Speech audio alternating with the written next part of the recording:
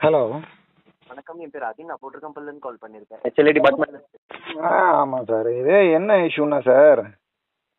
Hello. சொல்லுங்க. என்ன இஷ்யூனா sir, இது வந்து ஒரு ஹிந்திக்காரர் ஒரு ஆர்டர் ஒன்று எடுத்தேன், அவர் பேமெண்ட் தரல. அதுக்காக டிக்கெட் ரைஸ் பண்ணும்போது என்ன ஒரு நிமிஷம் நான் சொல்லி முடிச்சிடுறேன். அது என்ன ஆயிடுச்சுன்னா, டிக்கெட் ரைஸ் போது என்ன தப்பு பண்ணிட்டேன்னா, ஆர்டரை மாற்றி நான் டிக்கெட் ரைஸ் பண்ணிட்டேன்.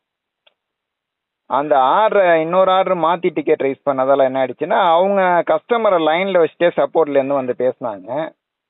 அப்போ கூட எனக்கு டவுட்டாக இருந்துச்சு, இவர் நல்லா தமிழ் பேசுகிறாரு, இவர் கஸ்டமர் இல்லை அப்படின்ற மாதிரி நான் சொன்னேன். எனக்கு எக்ஸாக்டாக கெஸ் பண்ண முடியலை, தரலைங்க அப்படின்னா. அது கொஞ்சம் மிஸ் ஆனது. அதுக்கப்புறம் அவருக்கு பேமெண்ட்டு நான் பிடிச்சிட்டாங்கன்னு சொன்னார். அதுக்கப்புறம் நான் அனுப்பினேன். அதுக்கப்புறம் என் இதுலேருந்து பிடிச்சி இப்போ அவருக்கும் பேமெண்ட் பண்ணிட்டாங்க. அதுக்கப்புறம் அவர் அந்த பேமெண்ட்டை எனக்கு திருப்பியும் கொடுத்துட்டாரு, அந்த தவறாக ரிஜிஸ்டர் ஆனவருக்கு. நீங்கள் அந்த அமௌண்ட் அனுப்புனேன்னு சொன்னீங்கல்ல, எப்போ அனுப்புனீங்கன்னு தெரிஞ்சுக்கலாமா? எது சார்? இல்லை ஆக்சுவலாக பார்த்தீங்கன்னா, எங்கள் கால் சப்போர்ட்லேருந்து எனக்கு பேசினாங்கல்ல மேடம். ஓகே, சொல்லுங்க. ஆமாம் ஆமாம். அவங்க என்ன பண்ணிட்டாங்கன்னா, நான் டிக்கெட் ரைஸ் பண்ண உடனே சொல்லுங்க.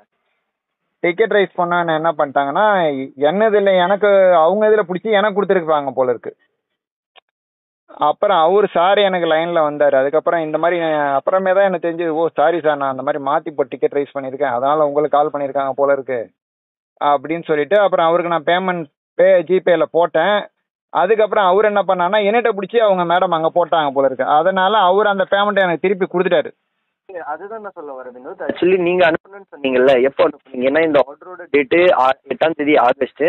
ஸோ நீங்கள் பை மிஸ்டேக்காக வேற ஒரு ஆர்டருக்கு இந்த ஆர்டரில் ஆமாம், வேற ஆர்டருக்கு கம்ப்ளைண்ட் ரைஸ் பண்ணுறதுக்கு இவர் சாருடைய ஆர்டரில் நான் பண்ணிட்டேன்.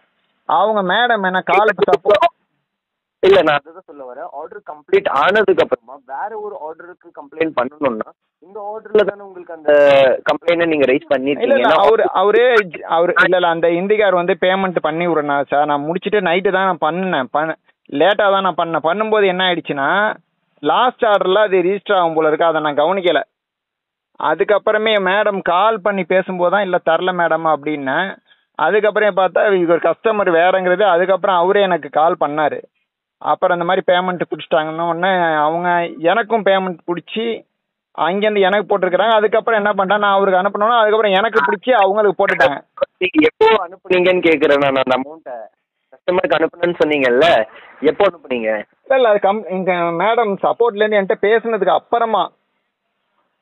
ஓகே, ஆக்சுவலி வினோத், நான் உங்களுக்கு கிளியராக இன்ஃபார்ம் பண்ணிக்கிறேன். உங்கள் ஐடி பார்த்தீங்கன்னா சஸ்பென்ஷன் பண்ணது வந்து தான் கம்ப்ளைண்ட் ரைஸ் பண்ணாங்க. இல்லை ஆக்சுவலாக என்ன இஷ்யூனா சார், ஆர்டர் மாற்றி நான் பண்ணது தான் பிரச்சனை, வேறு எதுவும் இல்லை. ஆர்டர் மாற்றி நான் டிக்கெட் ரைஸ் பண்ணி அந்த கஸ்டமருக்கு நமக்கும் மிஸ் அண்டர்ஸ்டாண்டிங் ஆயிடுச்சு. அதுக்கப்புறம் அவர்கிட்ட பேசிட்டேன், அவரும் ஓகேன்ட்டாரு. பேமெண்ட்டு நான் அவருக்கு அனுப்பினா, அப்புறம் அவரும் திருப்பி பேமெண்ட் எனக்கு அனுப்பிட்டாரு. போர்ட்டல்லேருந்து எனக்கு கொடுத்துட்டாங்க சார் அப்படின்னு சொல்லிட்டு, அப்புறம் அவரும் எனக்கு பேமெண்ட் அனுப்பிட்டாரு. எனக்கு லெஸ் பண்ணி அவருக்கு போட்டுட்டாங்க. அப்புறம் கஸ்டமர் எனக்கு அந்த பேமெண்ட்டை திருப்பி அனுப்பிட்டாங்க. உங்களோட அமௌண்ட்டை வாங்கிட்டீங்கல்ல, உங்களுக்கு என்ன ஆர்டர் கம்ப்ளீட் பண்ணது எனக்கு வந்துச்சு சார். எனக்கு எந்த இஷ்யூவும் கிடையாது சார். ஓகே, நான் வினோத் ஒரு நிமிஷம். 8ஆம் தேதி ஆகஸ்ட்ல 4/16 இந்த ஆர்டர் கம்ப்ளீட் பண்ண உடனே அதுக்கான அமௌண்ட் உங்களுக்கு கஸ்டமர் சைட்ல வந்துருச்சு. பட் அகைன் நீங்க அதே நாள் 5/22 கம்ப்ளைண்ட் ரைஸ் பண்ணதுனால 403 ரூபாய் கஸ்டமரோட வேலெட்ல டிடெக்ட் பண்ணி உங்களுக்கு கிரெடிட் பண்ணாங்க. ஆமா சார், கரெக்ட் எக்ஸாக்ட். நீங்க செக் பண்ணிருக்கலாம். செக் பண்ணதுக்கு அப்புறமா ஆன் சேம் டே, ஏன்னா 8ஆம் தேதியே நீங்க ரீஃபண்ட் பண்ணிருந்தீங்கன்னா. இல்ல சார், நான் பார்க்கவே இல்லை. அவங்க சப்போர்ட்ல இருந்து எனக்கு கால் பண்ணதுக்கு பேசினதுக்கு அப்புறமே தெரிஞ்சது எனக்கு அது ராங்க. ஏன்னா இவர் தமிழ் பேசுறாரு, அவர் ஹிந்தி பண்ணிருக்கலாம்ல. நீங்களா ரிட்டர்ன் பண்றேன்னு சொல்லிட்டு நீங்க ஏன் ரிட்டர்ன் பண்ண கிடையாது? ஏன்னா உங்களோட இல்ல ஒரு நிமிஷம் சார், அதான் நான் சொல்றேன் உங்களுக்கு. அவங்க மேடம் கால் பண்ணதுக்கு அப்புறமே தான், அவங்க வந்து பேசுனதுக்கு அப்புறமே தான் எனக்கு அந்த இஷ்யூவே. அவர் பேசும்போது தான் ரெண்டாவது அவர் கால் பண்ணார். இவங்க மேடம் கட் பண்ணும்போது கூட கிளாரிட்டியே இல்லை. அதுக்கப்புறம் அவர் கால் பண்ணதுக்கு அப்புறம் தான், ஓ டிக்கெட் மாற்றி ரைஸ் பண்ணிட்டோம் அப்படின்னு சொல்லிட்டு, அதுக்கப்புறம் அவருக்கு பேமெண்ட் பண்ணி விட்டேன். அதுக்குள்ள ஆனால் என் பேமெண்ட்டை பிடிச்சி அவங்களுக்கு அனுப்பியிருக்கிறாங்க. மேடம் பேசினாங்கல்ல. ஆமாம், நானும் அனுப்பிட்டேன். அப்புறம் மேடம் அவங்களும் அனுப்பிட்டாங்க. அதுக்கப்புறம் அவர் என்ன சொன்னா, எனக்கு போர்ட்டல்லேருந்தே வந்துச்சு சார்னா அந்த பேமெண்ட்டை எனக்கு அவர்கிட்ட அனுப்பிட்டாரு. அவர் தெரிஞ்ச கஸ்டமர் தான் சார். ரீஃபண்ட் பண்ணிருந்தீங்கன்னா உங்க வேலெட்ல டிடக்ஷனே ஆயிருக்காது. அது கண்டிப்பா உங்களுக்கு நாங்க லீனியன்சி கொடுத்துருப்போம். ஏன்னா சேம் டே நீங்க ரீஃபண்ட் பண்ணிருக்கோம். இல்ல ஆக்சுவலா பாத்தீங்கன்னா, அதாவது நீங்க என்கிட்ட பிடிச்சி அனுப்புனதும் நான் அனுப்புனதும் ஒரே டைம் தான். ஓகேங்களா? ஆமா. கிடையாது. உங்க ஐடி பெர்மனன்ட் சஸ்பென்ஷன்ல தான் இருக்கும். என்ன கம்பெனி பாலிசி படி கஸ்டமரோட அமௌண்ட் ஒரு நாளுக்கு மேல நீங்க இல்ல நான் வைக்கல சார், பர்பஸாலாம் வைக்கல சார். ராங்கா டிக்கெட் ரைஸ் பண்ண கஸ்டமர் அமௌண்ட் என்கிட்ட கிடையாது சார். டிக்கெட் ரைஸ் பண்ண மட்டும் உங்களுக்கு கிளியரா சொல்லிக்கிறேன். ஃபர்ஸ்ட் கஸ்டமருக்கு கன்ஃபர்மேஷனுக்கு கால் பண்ணி பேசணும். ஸோ கஸ்டமர் சைட்ல இருந்து கிளியர் கம்ப்ளைண்ட் பண்ணாங்க. நீங்க சார் கொஞ்சம் எனக்கு கொஞ்சம் கேப் கொடுங்க. நீங்க பேசுறீங்க எனக்கு சரியா கேட்க மாட்டேங்குது. அதே மாதிரி நான் வண்டியில போயிட்டு இருக்கும்போது கால் பண்றீங்க. கொஞ்சம் டைம் இருக்கு, நீங்க கொஞ்சம் மெதுவா பேசுனீங்கன்னா புரியும் சார். நாம பொண்டாட்டி பிள்ளைலாம் வச்சு சோறு திங்கிறோம். ஒரு சஸ்பெண்ட் பண்ணி ஒருத்தர் நடுரோட்ல நிக்க வைக்கல, உங்களுக்கு என்ன சந்தோஷம் தெரியல. நான் கிளியரா நான் சொல்றேன், டிக்கெட் ஆர்டரை மாத்தி நான் ரைஸ் பண்ணிட்டேன் சார். தவறா அப்படின்னு தான் நான் சொன்னேன். பாலிசி படி நீங்க இல்ல நான் சொல்லிக்கிறேன் சார். என்னுடைய இஷ்யூவை நீங்க அண்டர்ஸ்டாண்ட் பண்ண மாட்டேங்கிறீங்க. நீங்க புரிஞ்சுக்கிறேன் இல்லன்னு சொல்லல. ஆனா ஆன் சேம் டே நீங்க ரீஃபண்ட் பண்ணிருக்கலாமே. சார் உங்களுக்கு கண்டிப்பா போர்ட்டல்ல செக் பண்ணிருப்போம் எவ்வளவு அமௌண்ட். தெய்வமே நான் சொல்றது ஒரே ஒரு தடவை கேளு தெய்வமே. அதுக்கப்புறமா நீ பேசு தெய்வமே. கேப் விடாம பேசிட்டே இருக்காது தெய்வமே. அதாவது இப்போ எந்த ஒரு தெய்வமே நீங்க பேசுங்க தெய்வமே. நான் சொல்றதை கேளுங்க. உன் காலில் உள்வட்டுமா கேட்கவே மாட்டேங்கிறிய நீ. கொஞ்சம் கேப் விடு, நான் சொல்லிக்கிறேன். கடைசி வரைக்கும் நான் சொல்றது காது கொடுத்தே கேட்க மாட்டேங்கிறீங்க. நீங்க ரிப்பீட்டடா ஒரே கன்சர்ன் தான் சொல்றீங்க. நான் சொல்றேன் சார், கேளுங்க சார். நீங்க ஏன் சார் என்ன பேச விடாம பேசுறீங்க? சரி மன்னிக்கவும். நான் பேசுங்க சார், கேளுங்க சார். என்ன சார் இவ்வளவு மோசமா இருக்கிறீங்க? எனக்கு பிபி சுகர்லாம் செத்து போயிடும் போல இருக்கு சார். அவ்வளவு டென்ஷன் ஆக்குறீங்க சார். சார் கேப் விடுங்க சார், நான் பேசிடுறேன். இப்ப என்ன இஷ்யூனா சார், 2 ஆர்டர் சார். ஓகேங்களா? ஒரு கஸ்டமர் பணம் தரல, ஹிந்திக்காரர் ஃபோனை சுவிச் ஆஃப் பண்ணிட்டாரு.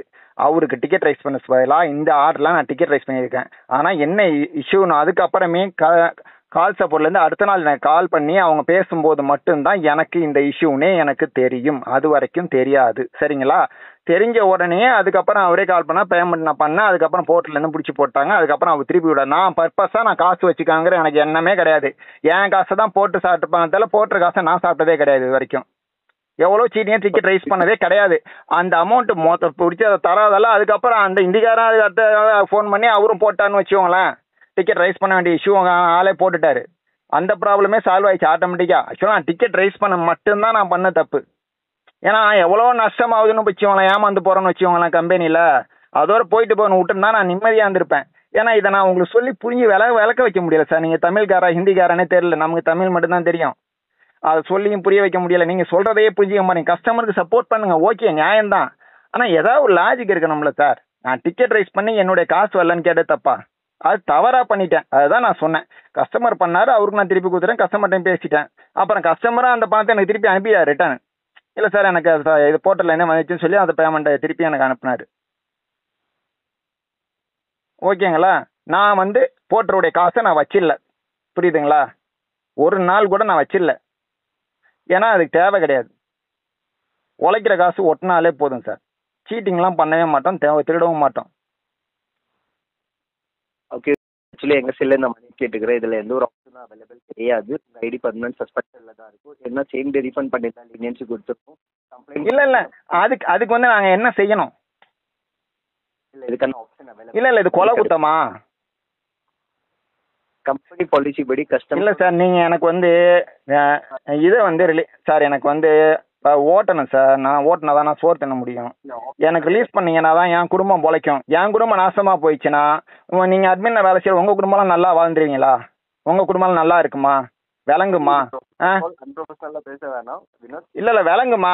அது எடுத்து இன்னொருத்தவங்கள பொழப்ப கெடுத்துட்டு அட்மின்ல மட்டும் நீங்களா அப்படி நல்லா இருந்தாலும் புரிஞ்சுக்க மாட்டேங்கிறீங்க, கேட்க மாட்டேங்கிறீங்க. அப்படிதான் இருக்கும்னா நான் எதுக்கு சார் உங்ககிட்ட போராடி இவ்வளவு நேரம் விளக்கம் சொல்லிட்டு இருக்கணும்?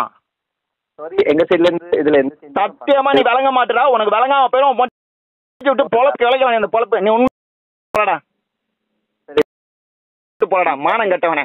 அவ்வளவு தூரம் சொல்லிட்டே இருக்கான். சும்மா